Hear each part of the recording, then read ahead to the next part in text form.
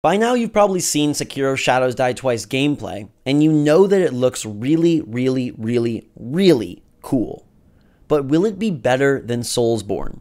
Will it beat out Dark Souls? Will it beat out Bloodborne?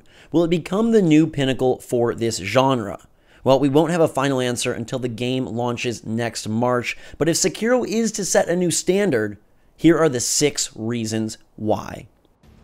What's going on, everybody? It's Ghost Robo, and I have played Sekiro. It is a joy to behold. It is a blast to play. It's exhilarating, it's intense, it's fresh but familiar, and most importantly, it is a ton of fun.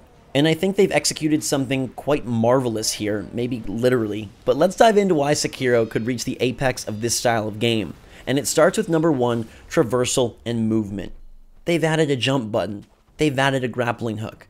That alone is a differentiating factor, and it allows you to fly around these stages with far more fluidity, and it increases the feeling of freedom, because now you can approach a battle from above. Now you can reach a rooftop and see what lies ahead, and within the battles, you can bounce around. You can jump over an incoming attack, or maybe bounce straight into an unexpected blade, but either way, it mixes things up, it makes them faster, and I feel it makes them more fun. Especially after the landlocked combat of Dark Souls and Bloodborne, it feels kind of weird, but also super cool to be jumping around and to grapple in and out of combat around the arenas, finding vantage points and seeing the sights that these games have been known for, now from a totally different perspective. Let's move to number 2, the combat. It's what everyone's talking about, so let's talk about it. And rightfully so. It's fast, it's frenetic, it is thoroughly enjoyable, and it's very satisfying once you do land that death blow. The executions and those shinobi finishers are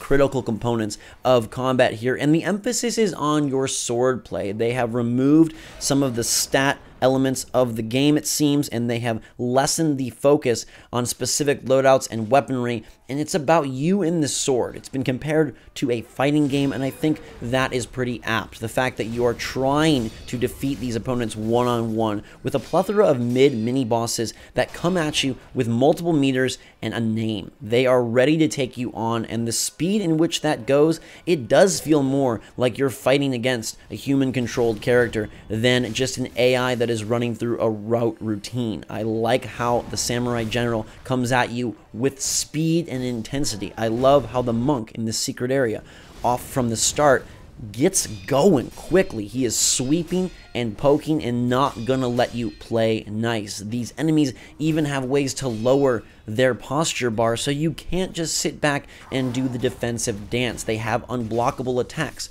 with flashing symbols to let you know it's time to mix things up. And the back and forth, the ebb and flow, the speed, including the ability to jump around and for them to come from above as well, it's a chaos that I fully embrace, and I think it is going to lead to some insane encounters, some awesome boss battles, and maybe some of the best moments in the Soulsborne Sekiro genre.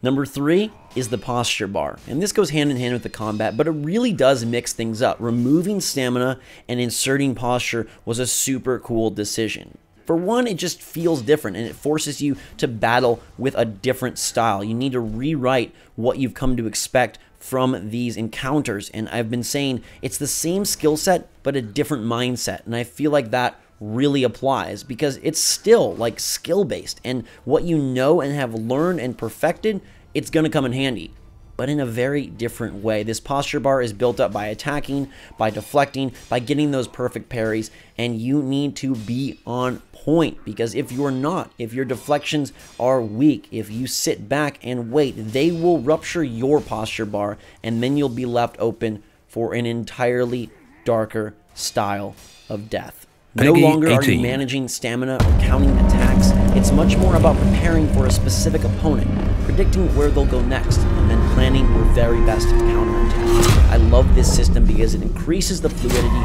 and reduces the predictability. It's far less formulaic, it's less rote, it's less panic, and I think when all is said and done, it'll be a super interesting conversation. Posture versus stamina. There may be nuances about the posture bar that we've yet to see, but so far, I love the direction they're headed. Number 4 is the prosthetic arm, something that plays a big role in the story and plot, an element of this game that thus far has been very limited. profound.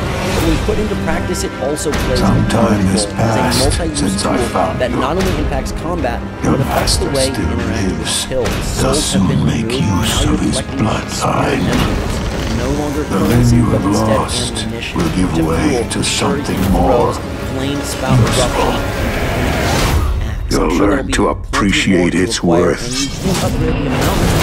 And another good armors as well. I like that you kill and then take ammo, and use ammo to kill. And it seems like a really smart system. And I'm curious to see what direction this arm goes. Of course, for the storyline, but also the fact that you're able to mix and match your sword with the prosthetic. And there's a little bit of a rock paper scissors system, figuring out what enemies are doing what. Lighting that chain ogre on fire felt fantastic, and chopping through those shielded enemies with an axe was oh so satisfying. What else can this incredible arm do? I cannot wait to find out. Number 5 is stealth and approach. Something that I feel is going a bit under the radar right now with Sekiro. The fact that you can sneak through the shadows and grab enemies out of the way. You can approach a ledge and hold them down from below. And this is going to have a big impact on your approach in certain areas. Like grappling, jumping, you carry the combat system into the fray, and you see a scenario where you can assess the arena and then approach in a way that creates far more manageability. Or maybe one that is full of reckless abandon and gets you killed, but you'll learn and you'll improve.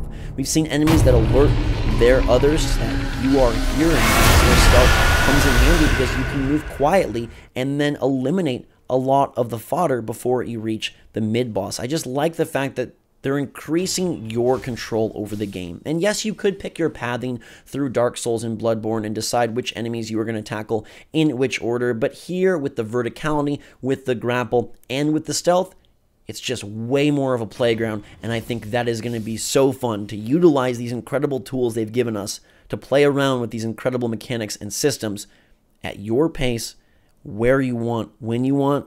I love that.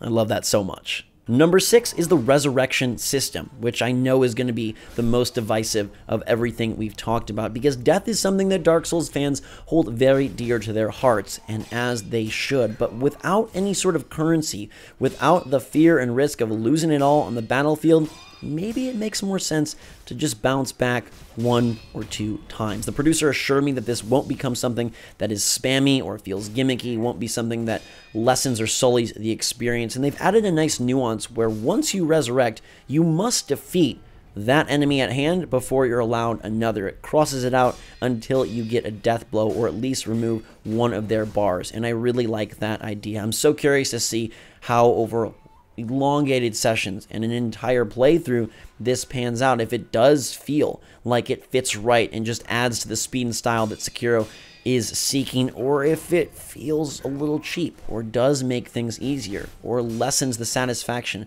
of a kill. When you get halfway through a fight, die, come back, and then achieve victory, is that as rewarding? Probably not, but if done well and in the style of Shadows Die Twice, maybe it really is a good choice, and we will appreciate less downtime and the ability to regain vengeance real freaking fast. As you can see, I fell in love with Sekiro when I played, and I applaud and adore the direction they're taking. The decision they made to be different, to try new, to take risks while still staying within their wheelhouse. It could create something truly magical, and they may be onto the best one yet. I think it's going to add a lot of variety. The systems we discussed today, the traversal, the movement, the approach, the combat, you are going to have much more control, and your experience will be much more your own. And I think that will just add to the amount of water cooler moments and great stories that we can share with our friends after we take down an enemy, regardless of resurrection or not. I'm really happy with where Sekiro is at. I cannot wait for March, and I'm curious to know how you guys feel about this game, especially in contrast and comparison to Soulsborne. So let me know your take and your opinion in the comments down below. I'd love to hear it and read it, get it going. Until that time, everybody, thanks so much for watching. A fantastic day. I hope you enjoyed. I got other Sekiro videos on the channel if you want to check them out. Either way, though, I love you. I appreciate you. Drink some hot chocolate. And until next time, we will see you all later.